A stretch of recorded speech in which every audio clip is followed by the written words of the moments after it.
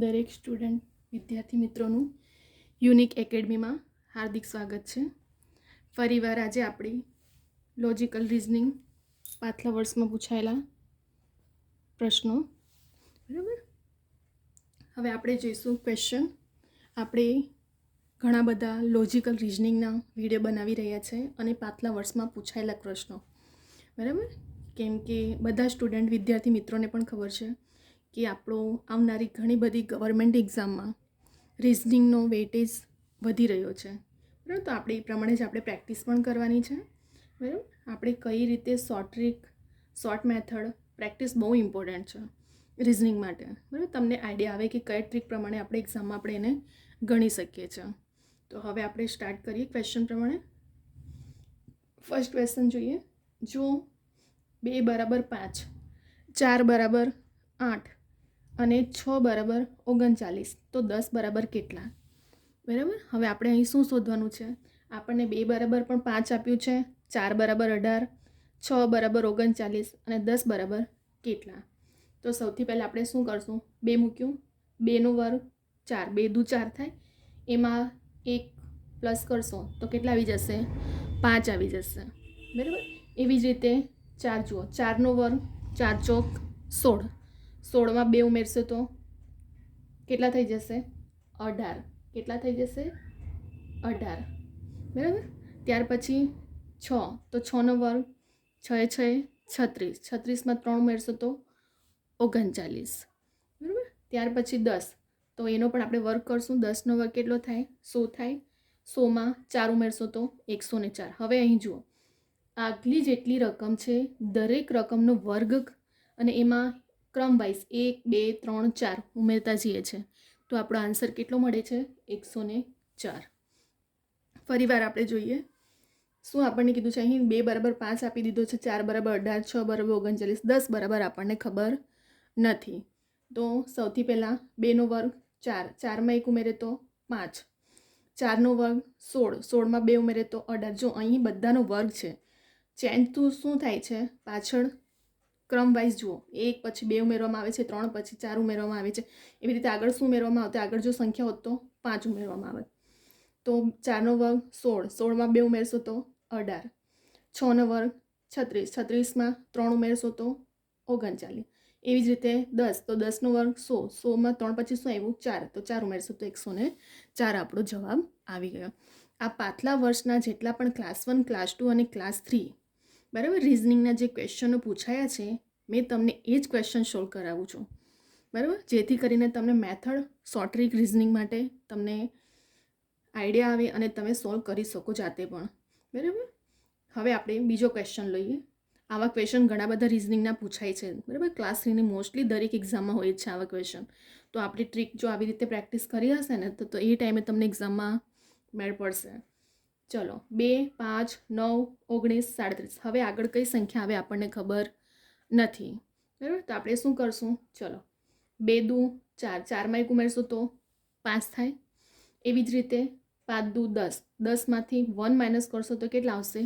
9 આવશે. ત્યાર પછી કઈ સંખ્યા છે? 19. તો 9 છે અહીંયા, બરાબર. તો આપણી રીતે 9 છે, તો 9ને જો આપણે અહીંયા 19 છે, બરાબર. તો શું કરશું? 9 દુ 18, 18માં 1 ઉમેરશું તો કેટલા આવશે? 19 આન્સર આવી ગયો આપણો, બરાબર. ત્યાર પછી 37, તો 37 દુ 74, 74માં 1 ઉમેરશો તો 75 જવાબ આવી ગયો આપણો. ફરી એકવાર 2 દુ 4, 4માં 1 ઉમેરશો તો 5 આવશે. હવે એ સંખ્યાને પાછું 2 વડે ગુણાકાર કરવાનો, તો 5 દુ 10, 10માંથી 1 માઇનસ કરશો તો 9 જવાબ આવી ગયો. ફરી એ સંખ્યાને અહીં લાવીને 2 વડે ગુણાકાર કરવાનો, 9 દુ 18, 18માં 1 ઉમેર, એક વખત પ્લસ થાય છે ને એક વખત માઇનસ, એક વખત પ્લસ એક વખત માઇનસ, એવી રીતે થાય છે, બરાબર. ચલો, 9 દુ 18, 18માં 1 ઉમેરશો તો 19 થશે. ત્યાર પછી હવે અહીં શું આવી જશે? 37 છે આપણી પાછલી રકમ. કેટલી છે? 37 છે. તો 37 દુ 74, કેટલા થાય? 74, 74માં 1 ઉમેરશું તો કેટલા આવી જશે? 75 જવાબ આવી જશે, બરાબર. અહીં આપણે શું કરવું છે? આ રકમને મેળ બેસાડવાનો છે. તો 2 દુ 4, 4માં 1 ઉમેરશો તો 5 આવશે. એવી જ રીતે 9 લાવવાનો છે આપણે આન્સર, તો 5 દુ 10, 10માંથી 1 માઇનસ કરશો તો 9 આવશે. ત્યાર પછી 9 છે, 9 જવાબ આવ્યો છે, તો 9 દુ 18, 18માં 1 ઉમેરશો તો કેટલા આવશે? 19 જવાબ આવી જશે. બરાબર. એવી જ રીતે 37 છે આપણી પાસે હવે લાસ્ટમાં, તો 37 દુ 74 થાય, 74માં 1 ઉમેરશો તો 75 જવાબ આપણો આવી જશે. બરાબર. ત્યાર પછી હવે આપણું આવે છે, આ મેં લાસ્ટ એક એક્ઝામ્પલ તમને પણ એક જ રકમનો હતો. હવે અહીં આપણને 3 રકમ આપી દીધી છે. બરાબર. તો 3 રકમ આપી હોય તો ઘણા બધા પોઈન્ટવાળા હોય છે ને, સ્ટુડન્ટને ખબર નથી પડતી. મોસ્ટલી સ્ટુડન્ટ સ્કીપ કરીને આવે છે આવા ક્વેશ્ચનને. બરાબર. તો હવે આપણે થોડું ધ્યાન આપીએ કે કેવી રીતે આપણે આને ગણવાનું છે, શોર્ટ ટ્રીક કઈ રીતે છે, અને ઇઝી એકદમ બની જશે આ. ચલો, 4/4 પ્લસ 4/0.4 પ્લસ 4/0.004. હવે એની કિંમત આપણે શોધવાની છે. બરાબર. ઘણા સ્ટુડન્ટ શું કરશે, આ બધું કટ કરીને આવી જશે ને 0 એક આન્સર આ. બરાબર. હવે આપણે એવું નથી કરવાનું. પોઈન્ટ છે એટલે મેં કાલે પણ તમને લાસ્ટ વિડીયોમાં પણ શીખવાડ્યું છે. ચલો સ્ટાર્ટ કરીએ. 4/4 છે અહીં, તો આપણે શું કરશું, 4/4 મેં શું કીધું છે, પોઈન્ટ પછી એક આંકડો હોય તો 10 મૂકી દેવાનું, 1 પછી 0 10, પોઈન્ટ પછી 3 હોય તો 1ની પાછળ 3 0 મૂકી દેવાનું. જે સ્ટુડન્ટને એકમ દશક 100 કઈ રીતે પોઈન્ટ મુકાય ને, 100 10 કઈ રીતે મુકાય ના ખબર પડતી હોય તો શું કરવાનું, 1ની પાછળ જેટલા પોઈન્ટ હોય ને એટલા 0 મૂકી દેવાના. ચલો, 4/4, 4/, શું આવશે, 4/4 તો છે, તો 4 આ 0.4નો મિનિંગ શું થાય, 4/10 પ્લસ 4, આનો મિનિંગ શું થાય, 4/1000. આ 4 મૂકી દેવાનું અને એના છેદમાં પોઈન્ટ પછી કેટલા આંકડા છે, 3 છે, તો આપણે પોઈન્ટ 1 પછી 3 0 મૂકી દીધા. નહીં ખબર પડતી હોય તો ચલો, 4 × 4 ઉડી ગયું. હવે મેં શું કીધું હતું તમને લાસ્ટ વિડીયોમાં કે છેદ અંશમાં જતું રહે. તો અહીં 4 છે, હવે આ છેદમાં 4 છે અને 4/10 છે, તો ઉપર જતું રહેશે. તો 4 × 10/4. એવી જ રીતે અહીં પણ જુઓ, 4 × 1000, છેદનું છેદ અંશમાં, એટલે 1000 ઉપર જતું રહેશે અને 4 નીચે જ રહેશે. હવે 4 × 4 ઉડી ગયા, 4 4 ઉડી ગયા, 4 4 ઉડી ગયા. શું બાકી રહ્યું, અહીં 1, અહીં 10 ને અહીં 1000. હવે 1 + 10 + 1000 સરવાળો કરશો તો કેટલા જવાબ આવશે આપણો, 1011. બરાબર. એ આપણો શું હશે, આન્સર હશે. બરાબર. ફરી એકવાર જુઓ, તમને ના સમજ પડતી હોય, ઘણા સ્ટુડન્ટને આવા પોઈન્ટમાં કન્ફ્યુઝન થતી હોય તો શું કરવાનું, 0.4નો મિનિંગ શું થાય, 4ના છેદના અપૂર્ણાંકમાં ફેરવીએ તો શું થઈ જાય, 4/10, દશાંશમાં ફેરવવા, દશાંશ પૂર્ણાંકમાં ફેરવવાનું હોય તો 4/10. પોઈન્ટ પછી કેટલા આંકડા છે, 1 2 3, તો નહીં ખબર પડતી હોય ને તો 4/1 તો લખી દેવાનું, પાછળ જેટલા પોઈન્ટ પછી 3 આંકડા છે ને તો 3 0 મૂકી દેવાનું. બરાબર. પછી શું કરશું, છેદનું છેદ અંશમાં ફેરવાઈ જાય, તો 4/4, 4 આ છેદમાં 4/4 છે અને 4ના પાછા છેદમાં 10 છે, તો 10 ઉપર આવી જશે, 4 તો નીચે જ રહેવાનું છે. અહીં પણ છેદનું અંશમાં એટલે 1000 છે. હવે 4 4 4 4 ઉડી ગયા, 1 + 10 + 1000 એટલે ટોટલ જવાબ આપણો 1011 આન્સર આવી ગયો. ફરી એકવાર આપણે રિવિઝન કરી લઈએ. રિવિઝન બહુ ટફ નથી, રિઝનિંગ પણ ટફ નથી. પ્રેક્ટિસ બહુ ઇમ્પોર્ટન્ટ છે અને પ્રેક્ટિસ વગર તમને ગવર્મેન્ટ એક્ઝામમાં હવે તો બિલકુલ મેળ નહીં પડે. બરાબર. કોમ્પિટિશન ટફ હશે ને તો પેપર સેટર પણ તમારા પેપર એવી જ રીતે કાઢવાનો છે. તો આપણે આવી બધી પ્રેક્ટિસ બહુ ઇમ્પોર્ટન્ટ છે રિઝનિંગ માટે. ફરી એકવાર જોઈએ. 2 = 5, 4 = 18, 6 = 39 અને 10 = આપણને ખબર નથી. ચલો, સૌથી પહેલાં શું કરવાનું, આગળની સંખ્યા જોઈ લેવાની કે આ વર્ગનો જાય છે કે ઘનમાં જાય છે. ચલો, 2નો વર્ગ 4, 4માં 1 ઉમેરે તો 5 જવાબ આવી ગયો. એવી જ રીતે 4નો વર્ગ 16, 16માં 2 ઉમેરે તો 18 આવી ગયો જવાબ. 6 6 6 36, 36માં 3 ઉમેરશો તો 39. 10, 10નો વર્ગ 100, 100માં 4 ઉમેરશો તો 104. બરાબર. અહીં શું થાય છે, બધી આગલી રકમનો વર્ગ થાય છે અને પછી પાછળ શું થાય છે, 1 2 3 4 ક્રમ વાઇઝ ઉમેરતા જવાનું છે. જવાબ આવી ગયો આપણો 104. એવી જ રીતે 2 5 9 19 37. ચલો, 2 દુ 4, 4માં 1 ઉમેરતો 5 આવી ગયો 5 જવાબ. હવે 9 લાવવાના છે, તો 5 દુ 10, 10માંથી 1 માઇનસ કરશો તો 9 જવાબ આવી ગયો. એવી જ રીતે 19 લાવવાનું છે, તો 9 દુ 18, 18માં 1 ઉમેરશો તો 19 આવી ગયો જવાબ આપણો. બરાબર. અહીં જવાબ આપણો જો કઈ રીતે આવે છે, બધી રકમને 2 2 વડે ગુણાકાર થાય છે, પ્લસ માઇનસ થાય છે.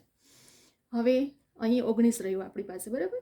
અને આપણે લાસ્ટ રકમ ખાલી આપી દીધી 37, તો શું થશે, અહીં 37 દુ 74 કેટલા થાય, 37 દુ 74 થાય, 7 દુ 14, 3 દુ 6 ને 1 7, 74માં +1 કરશું તો આપણો જવાબ કેટલો આવી જશે?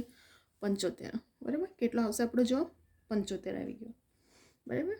ત્યાર પછી આવે છે આપણે ત્રીજી રકમને જોઈએ. હવે 4 ના છેદમાં તમને હમણાં જ મેં રિવિઝન કરાવ્યું, બસ એટલું યાદ રાખવાનું છે આમાં પોઈન્ટમાં. પોઈન્ટ પછી દશાંશ અપૂર્ણાંકમાં ફેરવીએ તો 4 ના છેદમાં 10 મુકાઈ જશે અને 3 આંકડા છે તો 4 ના છેદમાં 1000. છેદનું છેદ અંશમાં, બસ અંશમાં ફેરવીને 4 ના છેદમાં 4, 4 ના છેદમાં 4 ના છેદમાં 10 છે તો 10 ઉપર જતું રહેશે અને 4 નીચે રહેશે. અહીં પણ એવું જ છે, 4 છે તો 1000 ઉપર જતું રહ્યું અને 4 નીચે આવી જશે. 4 4 કટ થઈ ગયા, 4 એકુ 4, 4 એકુ 4, 4 4 પણ અહીં ઉડી ગયું અને અહીં 4 4 પણ ઉડી ગયું. તો શું બાકી રહ્યું? જો અહીંયા કશું બાકી ને તો 0 લખીને ના આવતા, નહીં તો પાછો અહીંયા જવાબ છે ને બદલાઈ જશે તમારો.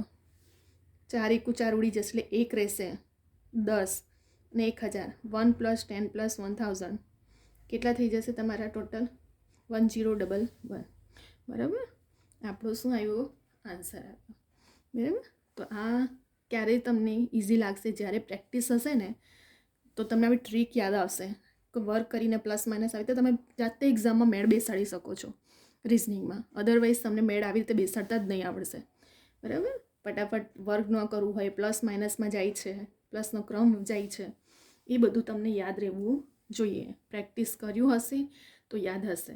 હવે સ્ટુડન્ટ વિદ્યાર્થી મિત્રો, તમે આ સ્ક્રીનશોટ લઈ શકો છો અને અધરવાઇઝ તમે તમારી નોટબુક કે તમે જે પણ બનાવી હોય એમાં તમે આને લખીને જાતે પણ પ્રેક્ટિસ કરી શકો છો. બરાબર. હવે આપણે અહીં વિડીયોને સ્ટોપ કરીએ છીએ.